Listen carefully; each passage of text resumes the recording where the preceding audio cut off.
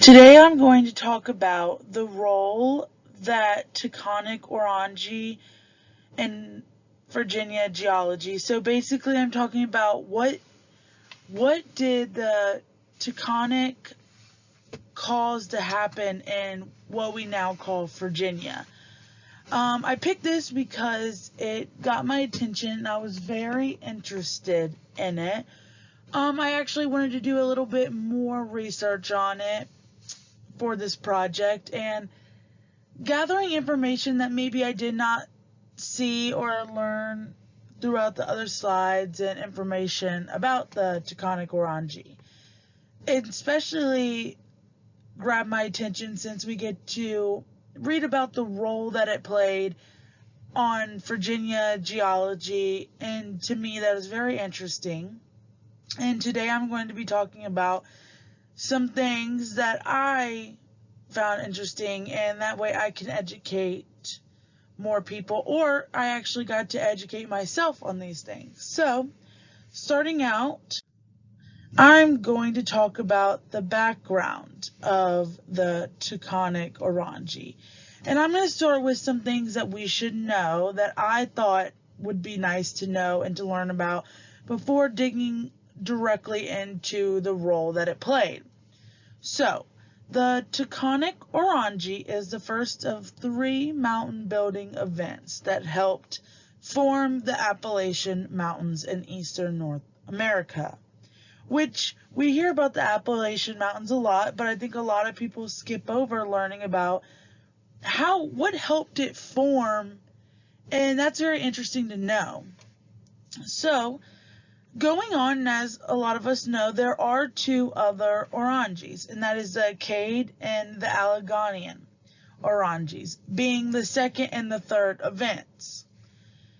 It is known to have dragged out into at least 3 different episodes.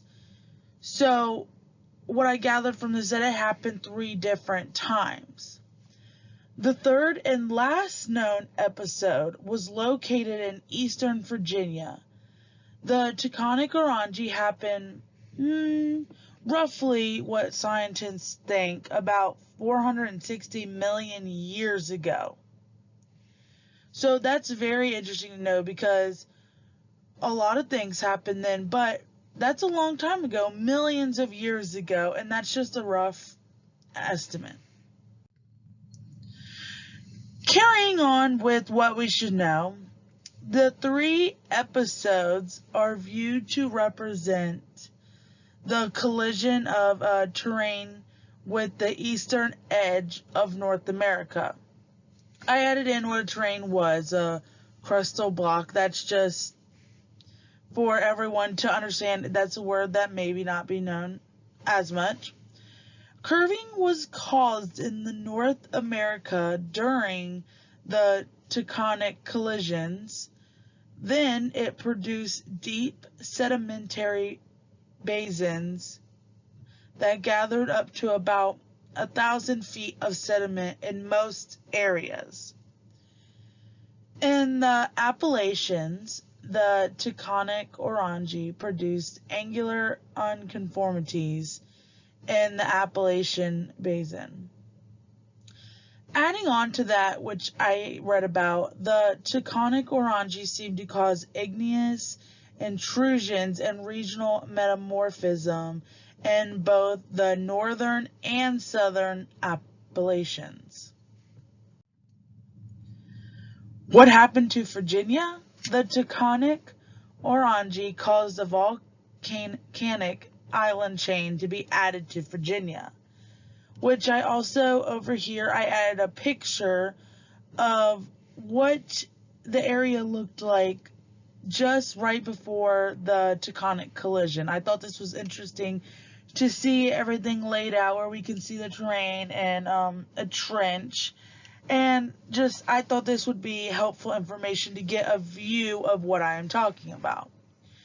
Chunks of land equivalent to the size of Japan today, what Japan looks like today, then were stuck or what you would call rooted to the ocean floor. Then later the ocean floor moved and went underneath the North American continental plate. So that's good to know, and I liked reading about that because you just see how much happened, and you would, like, to myself, I would never think about that. So that was very good to read up on that and learn and understand.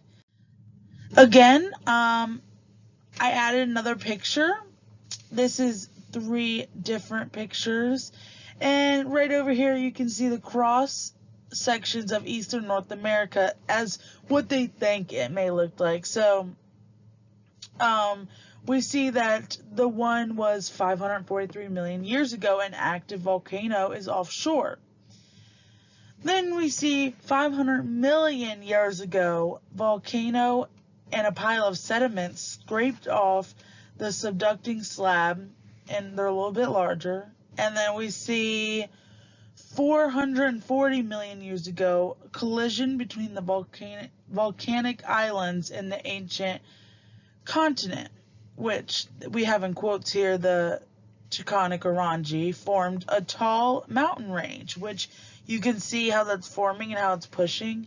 This range has since eroded, leaving its roots exposed in the rolling hills of the eastern Piedmont.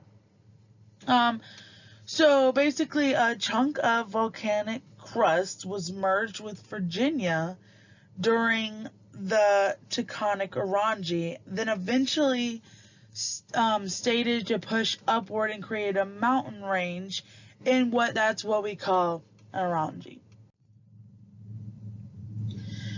So, adding a few more main key points, erosion was the main key in this event. With that being said, it put a fight, and eventually it won in the end. It won the fight. The taconic time mountains, which at the time of this happening would have been what we call Virginia now, became flat and was no longer a so-called mountain. Rivers were created, going on to spread the leftover sediments horizontally, causing them to be flat and causing them to layer.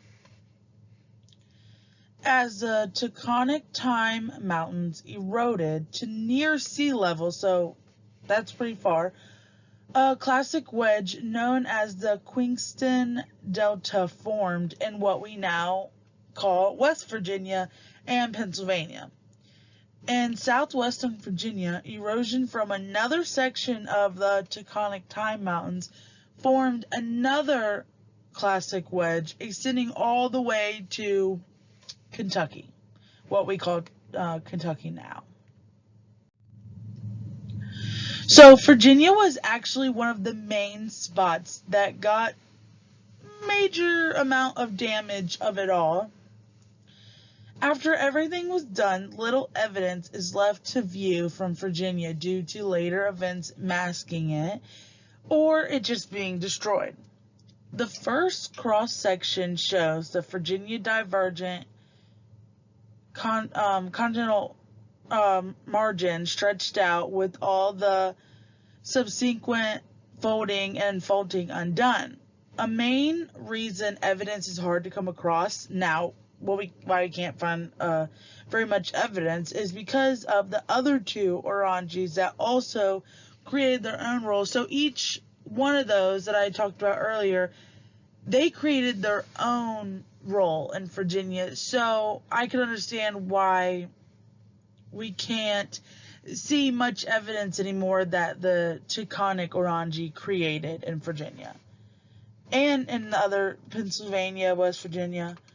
The end result turns out being that not a single Virginia rock is now located where it originally was beforehand, and rocks that were originally far apart could be right next to each other now.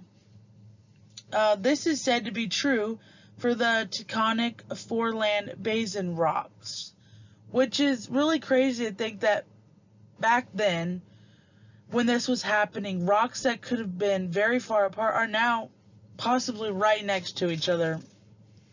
I just thought that was very good information.